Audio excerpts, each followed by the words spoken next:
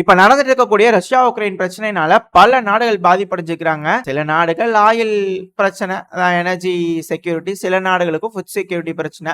ஏன்னா தானிய ஏற்றுமதி தடைபட்டிருக்கு. இந்த தானிய கிடங்குகள்லாம் அடிக்கிறாங்க. இங்க ஆயில் டிப்போல அடிக்கிறாங்க. ஆயில் ரிஃபைனரிஸ்ல தாக்குதல் நடத்தும் போது ரஷ்ய தரப்புல இருந்து போர் சூழலுங்க கெட்டு போச்சு. அதனால ரெடி பண்ணல. அது அவ்வளவுதான். அது ஸ்டாப் பண்றோம் அப்படிங்கிறது போல ரஷ்ய தரப்புல சொல்ல.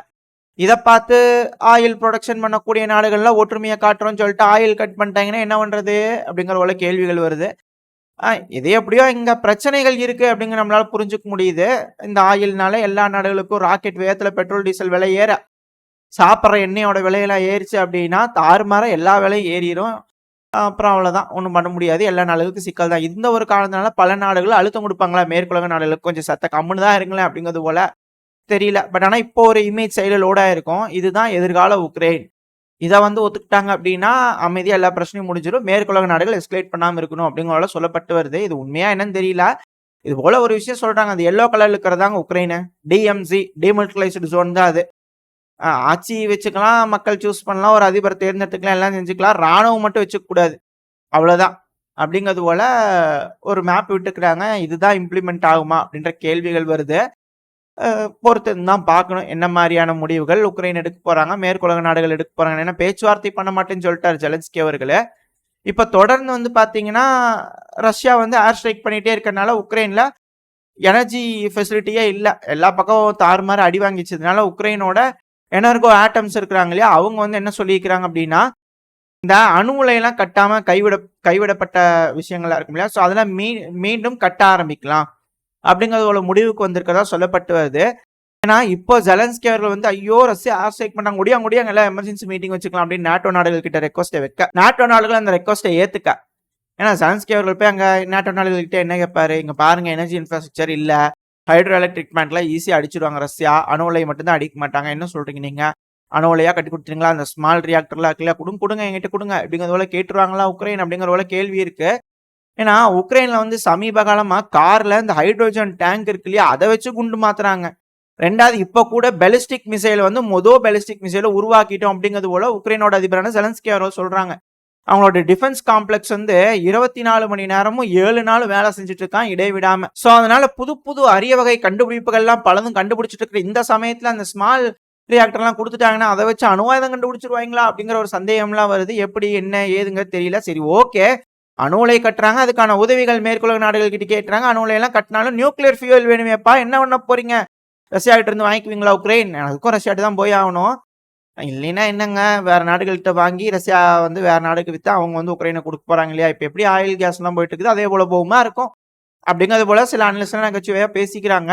பட் இது போல சூழல் இப்ப உக்ரைன்ல உண்டாயிருக்கு. உக்ரைன் கொஞ்சம் இக்கட்டான நிலைமையில இருக்கிறாங்க. என்ன மாதிரியான முடிவுகள் எடுத்து இதுக்கு மேல இந்த பிரச்சனையை தீர்க்க போறாங்க அப்படிங்கிறது பொறுத்து இருந்து பார்ப்பேன். பேச்சுவார்த்தைக்கு போலன்னா அப்புறம் ஒன்றும் பண்ண முடியாது. அப்புறம் இந்த மேப் இருக்கிற மாதிரி தான் இருக்குமோ அப்படின்னு சந்தேகம் வருது. ரெண்டாவது இப்போ உக்ரைன்ல வந்து பாத்தீங்கன்னா ஒரு வீடியோ பதிவு பிரபலமா வந்து வைரல் ஆயிட்டு இருக்கு.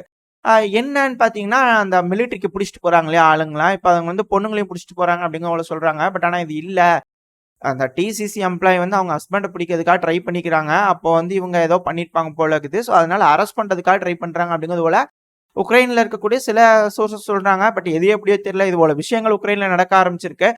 உக்ரைன்ல வினோதமா பல விஷயங்கள் நடக்குது. சர்ச் வந்து பாத்தீங்கன்னா இந்த ஆர்த்தடாக்ஸ் சர்ச் பத்தி பேசியிருந்தோம் இல்லையா, அதுக்கு ப்ரொடெஸ்ட் நடக்குது. போப் அவர்களே வந்து பாத்தீங்கன்னா இதெல்லாம் தப்பப்பா அப்படிங்கிறது போல கண்டனம் தெரிவிச்சுக்கிறாங்க. ஏகப்பட்ட விஷயங்கள் சொல்லிக்கிறாங்க உக்ரைனுக்கு. உக்ரைன் கேட்கற மாதிரி இல்ல. பொறுத்து தான் பார்க்கணும் எந்த சூழ்நிலைக்கு எந்த நிலைமைக்கு உக்ரைன் தள்ளப்படுது அப்படிங்கிறது போல. ஏன்னா இந்த ரஷ்யாவோட கர்ஸ்க் ஒப்லாஸ்ட்குள்ள போயிருக்காங்களே, அங்க இருக்கக்கூடிய சிலைகள், வரலாற்று இருக்கக்கூடிய சில முக்கியமான விஷயங்கள் எல்லாத்தையும் திருடிட்டு போறாங்க, இடிக்கிறாங்க அப்படின்ற குற்றச்சாட்டுகள் வந்துட்டு இருக்கு. இதே போலதான் ரஷ்ய வீரர்கள் உக்ரைனுக்குள்ள வரும்போது இது போல ரஷ்யர்கள் செஞ்சாங்க அப்படின்ற குற்றச்சாட்டுகள் உக்ரைன் தரப்புல வச்சாங்க. இரு தரப்புல இது போல மாறி மாறி கருத்துக்கள் மாறி வச்சுக்கிட்டு இருக்காங்க. இது ரொம்ப பெருசா எஸ்கலேட் ஆகுது அப்படின்னா யாருக்குமே நல்லது இல்ல. எந்த மாதிரியான சூழல், எந்த மாதிரியான முடிவுகள் இந்த மேற்குலக நாடு எடுக்க போறாங்க அப்படிங்கிறத பொறுத்து இருந்து பார்ப்போம். ஆனா இப்ப கள நிலவரம் வந்து பாத்தீங்கன்னா உக்ரைனுக்கு சாதகமா இருக்குன்னா சுத்தமா சாதகமா இல்ல. உக்ரைனோட ஃப்ரண்ட் லைன்ஸ் எல்லாம் கொலாப்ஸ் ஆக ஆரம்பிச்சிருச்சு. அதுவும் குறிப்பா பக்ராஸ்க் பாதி, அதாவது டொனஸ்க்ல இருக்கக்கூடிய ஒரு மிகப்பெரிய சிட்டி தான் பக்ராஸ்க். இது ஒரு லொஜிஸ்டிக்கல் ஹப்பா இருக்கு. இந்த என்டையர் டொனஸ்க்கு ஒரு பெரிய லொஜிஸ்டிக்கல் ஹப்னா அது இந்த பக்ராஸ்க்கு தான். மேப்ல பார்க்கும்போது நம்ம எக்ஸாக்டா தெரிஞ்சுக்கலாம்.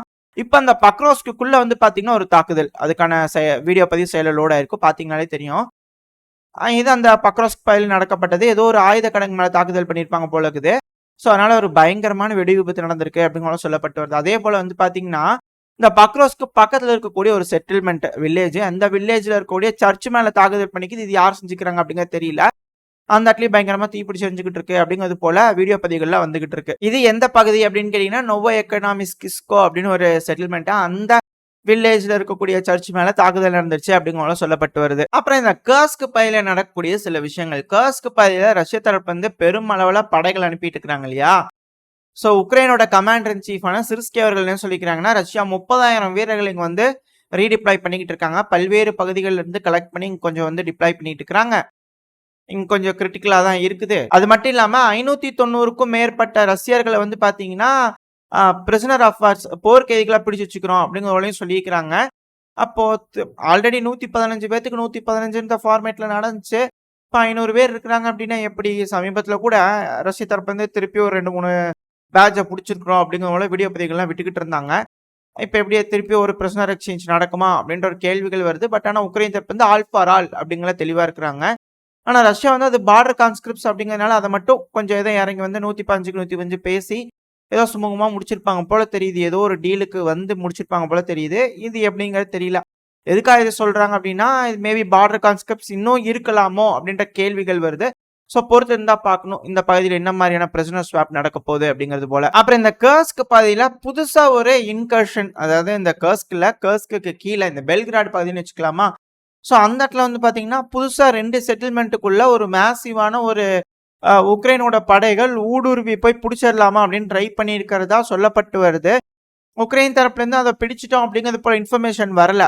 ஆனா ரஷ்ய தரப்புல இருந்து என்ன சொல்றாங்கன்னா, வந்தாங்க நாங்க அடிச்சு வரட்டிட்டோம் அப்படிங்கிறாங்க. ஆனா சில உக்ரைனோட சோர்சஸ் வந்து என்ன சொல்றாங்க அப்படின்னா, இல்ல அந்த பகுதிகளை வந்து பெருமளவுல பிடிச்சுக்கிறாங்க உக்ரைனோட வீரர்கள் அப்படிங்கிற சொல்லப்பட்டு வருது. இரு தரப்புல சொல்லக்கூடிய கருத்துக்களை சொல்லியாச்சு. உக்ரைன் அதை பிடிச்சிருக்காங்களா இல்லையா அப்படிங்கறது அடுத்தடுத்த நாள் வரக்கூடிய ரிப்போர்ட்ஸ் வச்சு பார்க்கும்போது நம்மளுக்கு தெரியும். ஸோ இப்போ எந்த பகுதி அப்படின்னு பார்த்தீங்கன்னா, இதுதான் உக்ரைனோட கிழக்கு பகுதியில் தான் கர்கிவ் இருக்கு. கர்கிவுக்கு பக்கத்துல தான் பெல்கிராட் ஓப்லாஸ்ட் இருக்கு. நான் ஜூம் பண்ணும்போது கீழே மினிமேப்ல பார்த்தீங்கன்னா எந்த பகுதின்றது தெரிய வரும். ஸோ இந்த கர்கிவ் பகுதிக்கு மேல இந்த இடத்துல சண்டை பிடிக்கிற மாதிரி இருக்கு இல்லையா? ஸோ இந்த கொசாச்சி லெப்பான்ல இருந்து தான் பெருமளவுல இந்த நெக்கினோவ்டாவ்காவுக்கும் இந்த ஜுரேலிவ்காவுக்கும் இந்த 2 செட்டில்மெண்ட்டுக்குள்ள போய் உக்ரைன் தரப்புல இருந்து தாக்குதல் பண்ணதா சொல்லப்பட்டு வருது. பட் இது எந்த அளவுக்கு உக்ரைனுக்கு சக்சஸ் கொடுத்துருக்கு அப்படிங்க தெரியல. இது எதுக்காக உக்ரைன் இது போல அட்டாக் பண்ணியிருக்காங்க அப்படின்னு கேட்டீங்கன்னா, அதாவது சமீபத்துல ரஷ்ய தரப்பு வந்து கர்கிவ் பகுதிக்குள்ள எட்டுக்கு வச்சிருந்தாங்க இல்லையா? அதுல 2 சைட்ல வந்திருந்தாங்க. ஒன்னு வந்து இந்த லிப்சி டைரக்ஷன் சொல்லுவாங்க. ஏன் அப்படின்னா இந்த லிப்சியை பிடிக்கிறதுக்காக முன்னேறி வந்துட்டு இருக்காங்க. இன்னொன்னு இந்த ஒச்சான்ஸ்க் டைரக்ஷன், இந்த ஒச்சான்ஸ்க்கு பிடிக்கிறதுக்காக பெருமளவுல முன்னேறிட்டு இருக்காங்க. அது ரொம்ப நாளா அப்படியே இருக்கு. ஸ்டால்மேட் இதுக்கு மேல முன்னேறினாங்க, பின்வாங்கினாங்க அப்படிங்கிறது போல எந்த ஒரு தகவலும் கிடைக்கல. இதுக்கப்புறம் தான் வந்து பாத்தீங்கன்னா உக்ரைன் ரீக்ரூப் ஆகி இந்த கர்ஸ்க் பகுதி இருக்கு இல்லையா? இந்த பகுதிக்குள்ள ஊடுருவுனாங்க. இப்ப இங்க தாக்குதல் பண்ணிக்கிறாங்க அப்படின்னா மேபி உக்ரைன் வந்து ஒரு என் சர்க்கிள் பண்றதுக்காக சுத்தி வளைக்கிறதுக்காக ட்ரை பண்ணலாம். அங்க உள்ள போய் இந்த வழியா பின்புறமா வந்து அட்டாக் பண்ணும்போது இந்த வழியா முன்னேறிட்டு இருக்கக்கூடிய ரஷ்யன்ஸுக்கு வந்து கொஞ்சம் பின்னடைவா இருக்கும் அந்த ஒரு காரணத்தினால. ஏன்னா இதுல மார்க் பண்ண கிடையாது. ப்ரோ ரஷ்யன் தரப்புல எல்லாம் வந்து பாத்தீங்கன்னா ரஷ்யன்ஸ் இந்த ஹில் பிளாக்ல இருந்து முன்னேறிக்கிட்டு இருக்காங்க அப்படிங்கிற சொல்லியிருப்பாங்க. அவங்க மார்க் பண்றது இங்க இருக்கக்கூடிய செட்டில்மெண்ட். இத சேட்டலைட்ல மாத்தினீங்கன்னா உங்களுக்கு தெரியும். அதாவது இங்க இருக்கக்கூடிய ஸ்ட்ரீட்ஸ் இங்க வந்து பாத்தீங்கன்னா சின்ன சின்ன மக்கள் வாழும் பகுதி. இந்த லிப்சிங்கிறது ஒரு பெரிய டவுன். இந்த லிப்சியோட புறநகரத்தில் இருக்கக்கூடிய சின்ன சின்ன செட்டில்மெண்ட்ஸ், அதாவது இதுவும் வந்து லிப்சிக்கு உட்பட்டதுதான். பட் புறநகரத்தில் இருக்கக்கூடிய பகுதிகள், இந்த பகுதிகளில் ரஷ்ய தரப்புல முன்னேறி வந்து கணிசமான பகுதியை வந்து ரஷ்யா இப்ப பிடிச்சிட்டாங்க அப்படிங்கிறது போல சொல்லப்பட்டு வருது. இப்போதைக்கு அவங்க மார்க் பண்ணக்கூடிய லைன் நான் சொல்ல வர ரஷ்ய தரப்புல எந்த அளவுக்கு முன்னேறி வந்து பிடிச்சிக்கிறாங்கன்னு சொல்லிட்டு. ஆனா உக்ரைன் தரப்புல வந்து இல்ல இதெல்லாம் கிரே ஜோன்றாங்க. இந்த பகுதியில உக்ரைனோட கட்டுப்பாட்டுக்குள்ள தான் இருக்குன்றாங்க. இது எப்படியோ இரு தரப்புல சொல்லக்கூடிய விஷயங்கள் உங்ககிட்ட சொல்லியாச்சு. இப்ப இந்த பகுதியில இது போல விஷயங்கள் நடக்குது. யாருக்கிட்ட எந்தெந்த பகுதி இருக்கும் அப்படிங்கிற நம்ம முடிவு பண்ணிக்கலாம். இப்போ உக்ரைன் அதை தடுத்து நிறுத்துறதுக்கு வேண்டி இப்போ அந்த இடத்துல பிளாங்கிங் மெனியூவர், அதாவது பக்கவாட்டு தாக்குதல் பண்றதுக்காக உள்ள ஊடுருவி இருக்காங்க அப்படிங்கிற சொல்லப்பட்டு வருது. இது பெருமளவுல தடுத்துட்டாங்க. இந்த தாக்குதலுக்கு உக்ரைன் தரப்புல இருந்து 8 ஆர்மட் பர்சனல் காரை பயன்படுத்திக்கிறாங்க அப்படிங்கிற சொல்லப்பட்டு வருது. அது கூட ஒரு 60 வீரர்களை வந்து பாத்தீங்கன்னா இன்ஃபில்ட்ரேட் பண்றதுக்கு அனுப்பி விட்டுருக்காங்க மொதோவேவ்ல அப்படிங்கிற சொல்லப்பட்டு வருது. 60 பேர் ரொம்ப கம்மி தான். ஏன்னா இது மிகப்பெரிய செட்டில்மெண்ட். ரஷ்யாவில் இருக்கக்கூடிய அந்த பார்டர் பகுதியில் இருக்கக்கூடிய டவுன்ஸை அவ்வளோ சீக்கிரத்தில் பிடிக்க முடியாது. பொறுத்து இருந்தால் பார்க்கணும். மேபி பிடிச்சிருப்பாங்களோ அப்படின்ற கேள்விகள் வருது. என்ன மாதிரியான சூழ்நிலை இதுக்கு மேலே இந்த பகுதியில் பில்டப் ஆகுது அப்படிங்கிறது அடுத்த பகுதியில் பார்க்க ஆரம்பிச்சிடலாம். இதோட இந்த பதிவு நான் முடிச்சுக்கலாம். இந்த பதிவு எப்படி இருந்துச்சு, உங்களுக்கு பிடிச்சிருக்கா? பிடிச்சுனா லைக் பண்ணிட்டு உங்கள் ஃப்ரெண்ட்ஸ் அண்ட் ஃபேமிலியோட ஷேர் பண்ணிக்கோங்க. அது கூடவே மறக்காம இந்த பதிவு பத்தின உங்களோட கருத்துக்களை கமெண்ட் செக்ஷன்ல சொல்லுங்க. இந்த பதிவு நல்லா இருக்குன்ற நம்பிக்கையில அடுத்த பதிவில் உங்களை சந்திக்கிறேன். அது வரைக்கும் ஸ்டே சேஃப். By by.